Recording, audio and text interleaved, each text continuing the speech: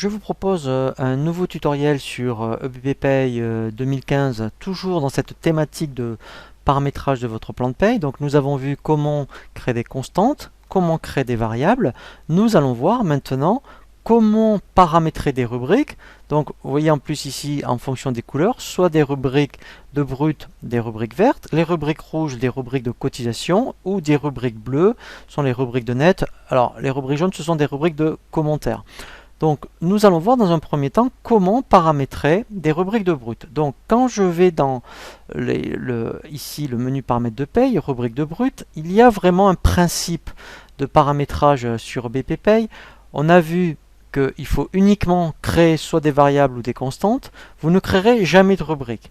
Les rubriques, ça se duplique. Alors pourquoi? Si je vais surtout vous expliquer l'objectif, c'est que en fait, si je prends mettons une rubrique de salaire, donc je vais prendre mettons le salaire de base par exemple. Si vous avez besoin même de paramétrer une rubrique de salaire, c'est très important de dupliquer toujours une rubrique qui ressemble à ce que vous voulez faire. Pourquoi? Parce qu'au niveau des propriétés, sincèrement, c'est très compliqué. Si vous deviez créer de toutes pièces une rubrique, ici, tout serait décoché. Ça serait à vous de savoir qu'est-ce qu'il faudrait cocher. Sincèrement, c'est vraiment source d'erreur si vous créez une rubrique de toutes pièces, parce que ici, c'est sûr qu'il va y avoir des options qui vont être zappées. Et malheureusement, les erreurs, elles ressortent tout le temps en fin d'année sur les cumuls. Puisque quand vous allez devoir faire la DADSU, donc après, pour chaque salarié, effectivement, eh bien, il va y avoir un contrôle de cumul, eh bien, vous risquez d'avoir des erreurs et des rejets parce que peut-être que EBP va considérer qu'il y a des incohérences pour certains salariés au niveau des cumuls. Et ça viendra d'ici, puisque ici, en fait, en fonction de ce que vous cochez, ça alimente des cumuls. Sincèrement, c'est très compliqué de savoir si vous créez quelque chose de toute pièce, ce qu'il faut vraiment alimenter. Donc, l'objectif, c'est de toujours aller dire, eh bien, moi, je vais chercher dans le plan de paye de BP une rubrique qui ressemble à celle que je veux faire, et je la duplique. Alors, en principe, il y a toujours aussi, je dirais, une procédure. On duplique des rubriques de salaire sur des rubriques de salaire, des rubriques d'heures sur des rubriques d'heures, des rubriques d'absence sur des rubriques d'absence, des rubriques de primes sur des rubriques de primes. Pareil pour les cotisations, toujours des retraites sur des retraites, des mutuelles sur des mutuelles, des prévoyances sur des prévoyances. Comme ça, moi, au niveau des propriétés, ça sera toujours juste. Donc, maintenant, si on reprend notre exemple qu'on a vu au niveau des constantes et des variables, puisqu'on a pris l'exemple pour savoir créer, par exemple, une prime de panier pour les rubriques de brut. Eh bien, dans ce cas-là, ici, je vais taper, admettons, prime, pour qu'il m'affiche, voilà, toutes les rubriques de prime qui existent dans EBP. Donc déjà, vous voyez que prime de panier, ça n'existe pas. Donc en fait, je vais dire, eh bien moi, je vais prendre, par exemple, la prime 13e mois, c'est un exemple, et je vais la dupliquer. Donc ici, pour la dupliquer, vous voyez, je clique sur le petit bouton dupliquer. Donc déjà, je vais changer, je vais l'appeler GPAN pour alors laissez G pour gain, GPanier, si ça rentre, c'est encore mieux, voilà. En descriptif, ici, on va mettre prime de panier. Voilà. Donc, alors, soit vous la laissez dans le thème prime, soit vous la mettez dans votre thème à vous qu'on avait créé pour tout ce qui est le nom de votre dossier. Comme ça, tout ce qui est à vous, vous le verrez de suite dans votre dossier. Voilà, donc DémoBat. Donc là, elle sera bien de type gain. Ici, bien sûr, vous pourrez très bien changer l'affectation comptable. Et maintenant, ce qui est très important, c'est ici. Donc nous, en fait, on a créé une variable à saisir pour saisir le nombre de paniers. Donc je vais taper les premiers caractères, je dirais, de ma variable. Si vous vous en souvenez plus, vous cliquez ici sur le petit stylo pour qu'il affiche l'éditeur de formule. Voilà. Vous savez que c'est une variable. Alors vous allez déjà sur variable. Voilà. Ensuite, effectivement, alors soit après vous voyez dans la zone recherchée, même vous tapez panier. Voilà. Et là, vous voyez donc il y a avec un dièse, c'est la vôtre, puisqu'on avait vu que quand dans le tutoriel sur variable, tout ce qui est avec un dièse, c'est vraiment des éléments qui vous sont propres. Donc je double-clique dessus, voilà, et comme elle est bleue, c'est que c'est bon. Et là, je fais valider et fermer pour revenir, vous voyez, dans la base. Alors, quand on est assez habitué après au paramétrage, pour vous montrer, je l'enlève. Je peux très bien, si vous vous souvenez de nom variable, vous tapez les premiers caractères, vous voyez, de la variable.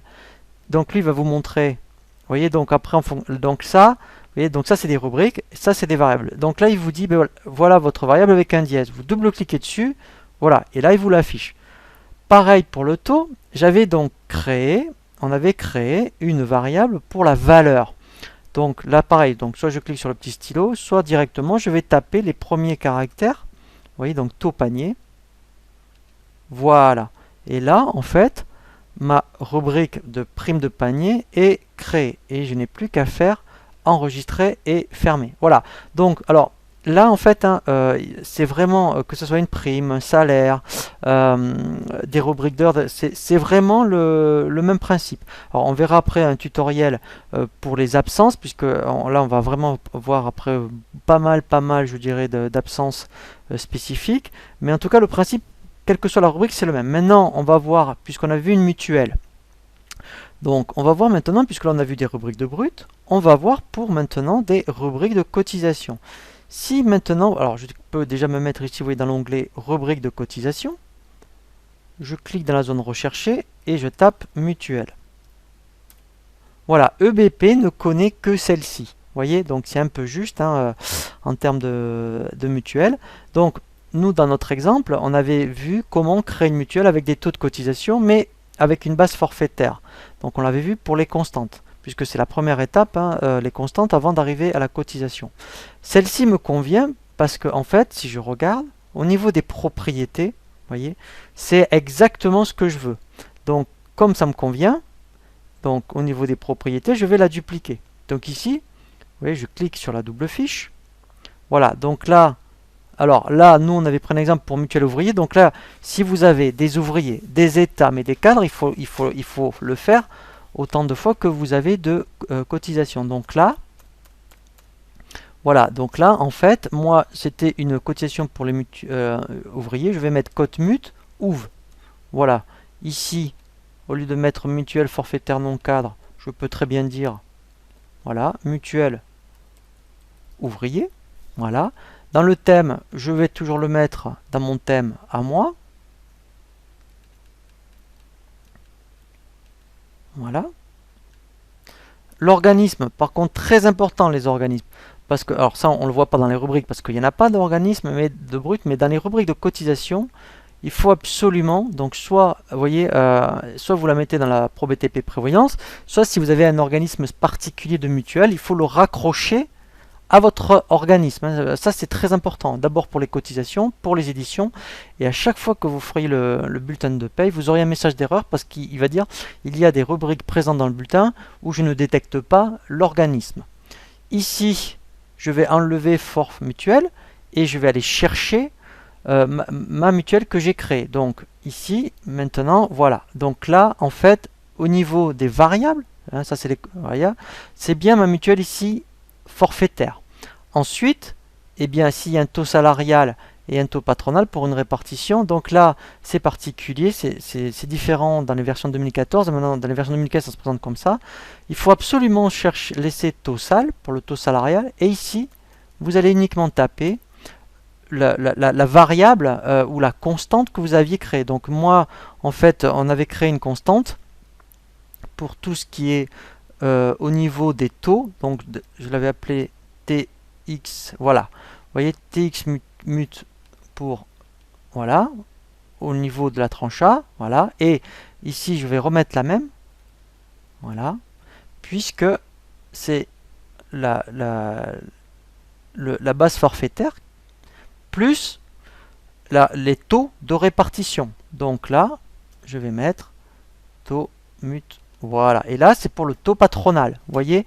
Donc là c'est vraiment, voilà, hein, donc quand, vous voyez, donc d'où l'intérêt de ne jamais frapper directement un taux dans une rubrique, il faut créer, vous voyez, donc ça c'était pour montrer l'intérêt d'avoir créé des constantes. Ici, on crée d'abord on met les taux dans les constantes et après on met la constante dans la rubrique. Voilà, et là au moins on a un très bon exemple. Voilà, donc ça après ben, vous le faites autant de fois, vous voyez, donc là je l'ai fait pour les ouvriers, on pourrait le faire pour les États, pour les cadres, donc là c'est pour des mutuelles, ça serait pour des retraites, pour des prévoyances. Le principe est le même, on crée une constante, on duplique une rubrique de cotisation et on met la constante dans la rubrique. Maintenant, ce qu'il nous reste à faire, effectivement, pour pouvoir réaliser un bulletin de paye, c'est que, et nous allons le voir dans le prochain tutoriel que je vous propose, c'est de mettre à jour des profils par rapport aux rubriques de paye que nous avons vues, pour qu'après, quand on va faire un bulletin de paye ouvrier, ils prennent bien en compte toutes ces rubriques.